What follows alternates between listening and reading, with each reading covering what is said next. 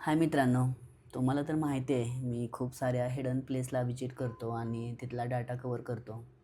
पण माझ्यासोबत असं झालं की माझी एक हार्ड डिस्क होती 2 TBची. ती माझ्याकडून डिलीट झाली. एक तर वाईट वाटतं आहे मला की मी 2025मध्ये कम से कम 60-70 वॉटरफॉल केले होते.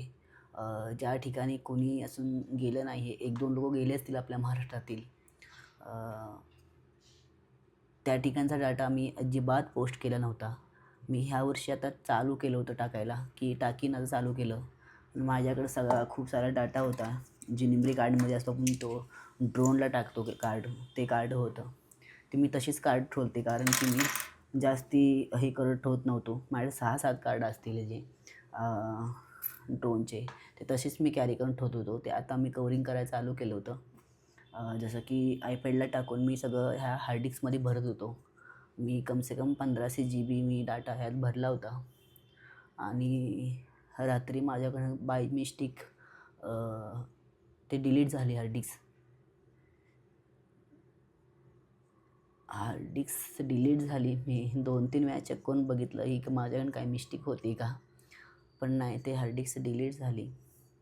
मी काल झाल्यानंतर सकाळी आज हार्ड डिस्क घेऊन एका शॉपला गेलो, तर तो बोलला की तुझी हार्ड डिस्क असती तर कव्हर झाली असती आय थिंक. पण तुझी आहे ते SSD आहे, त्याच्यामुळे करणं मुश्किल आहे तुला. तरी पण बोलला आहे तो करतो, बघूया आपण.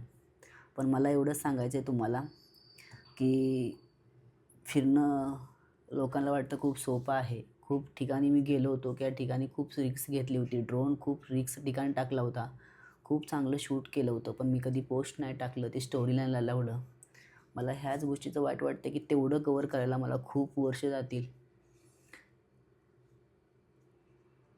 आता कुठली गोष्ट रडण्यानं होत नाही, पण